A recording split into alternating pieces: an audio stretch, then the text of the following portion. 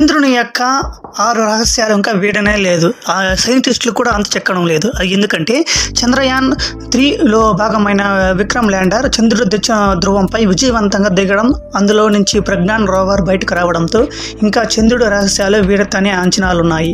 50 సంవత్సరాల కిందట NASA Apollo machine ద్వారా 1 డజన్ మంది అమెరికన్ వ్యాయామగాలు చంద్రునిపైకి వెళ్లారు. అప్పటి నుంచి ఆ రహస్యాలకు సమాధానం దొరకలేదు.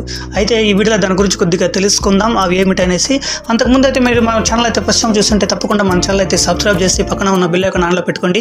మేము చేసే వీడియో నోటిఫికేషన్ మీకు వస్తుందన్నమాట. నచ్చితే ఒక లైక్ చేయండి. యూస్ఫుల్ అని అయితే మీ ఫ్రెండ్స్ అండ్ ఫ్యామిలీకి షేర్ చేయండి. కుదిరితే కింద కామెంట్ బాక్స్లో కామెంట్ చేయండి.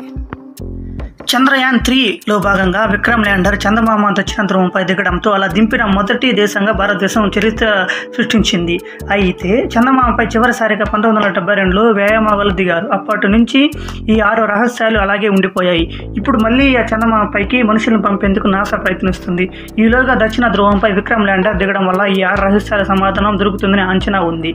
అది మొదటిది ఏమిటంటే, చందమామ ఎలా ఏర్పడింది అని ఎవరికీ తెలియదు. అది భూమి చుట్టూ ఎందుకు తిరుగుతుందో కూడా తెలియదు. అపోలో 11 మిషన్ ద్వారా చంద్రశిలలో మట్టి నమూనాలు భూమికి తెచ్చారు. వాటిని పరిశీలించగా భూమికి చందమామకు సంబంధం ఉన్నట్లు కనిపించింది. వాటి వల్ల ఎలాంటి సమాధానం లభించలేదు. ఇలాంటి సమయంలో 10 ఏళ్ల కిందట చంద్రుడు దక్షిణ ధ్రువం దగ్గర నీరు ఉండడం గమనించారు. చంద్రయాన్ 1 కనిపెట్టడంతో మిస్టరీ మరింత పెద్ద సవాలుగా మారింది. ఇంకా రెండవది ఏమిటంటే, చంద్రుని రెండో అతిపెద్ద రహస్యం నీటి ఉనికి.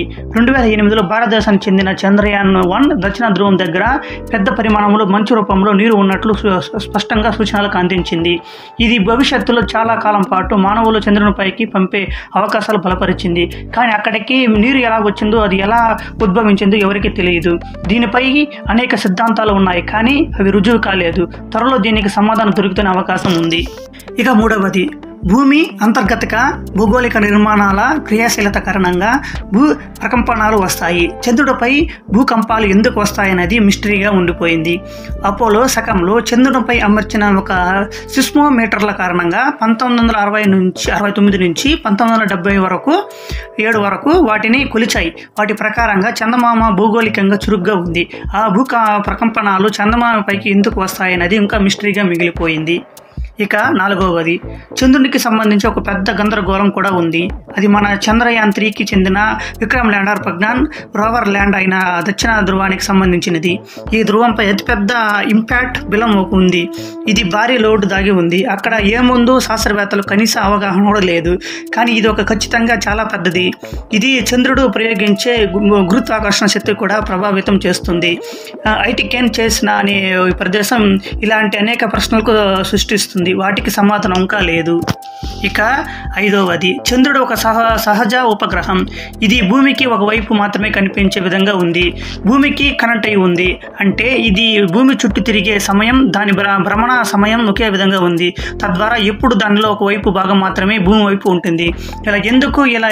ఎలా అయ్యిందనేది ఇప్పటి వరకు మిస్టరీగా మిగిలిపోయింది. ఈ టైడల్ లాకింగ్ మొదటి నుంచే ఎలా ఉద్భవించింది లేదా ఉనికిలో ఎలా ఉంది అనే ప్రశ్నలకు సమాధానం కాలేదు. ఇక చివరిది ఆరవది, చంద్రుడు నిశ్చయసందంగా చాలా రహస్యాల ప్రదేశం. అక్కడ ఏ విధమైన అగ్నిపర్వత ఉద్గాల పరిశీలన చాలా కాలంగా కనిపించలేదు. అయితే 110 కోట్ల సంవత్సరాల కిందట అక్కడ అగ్నిపర్వతాలు చురుగ్గా ఉండేవని పరిశోధకులు సూచిస్తున్నాయి. సమస్య ఏమిటంటే, చంద్రుడు అగ్నిపర్వతాల కార్యకలాపాల గురించి లేదా అక్కడ భౌగోళిక స్థితి గురించి మనకు పెద్దగా సమాచారం లేదు. చంద్రుడిపై కొత్త నమూనాలు ఈ విషయంలో సహాయపడతాయని ఆశించవచ్చు.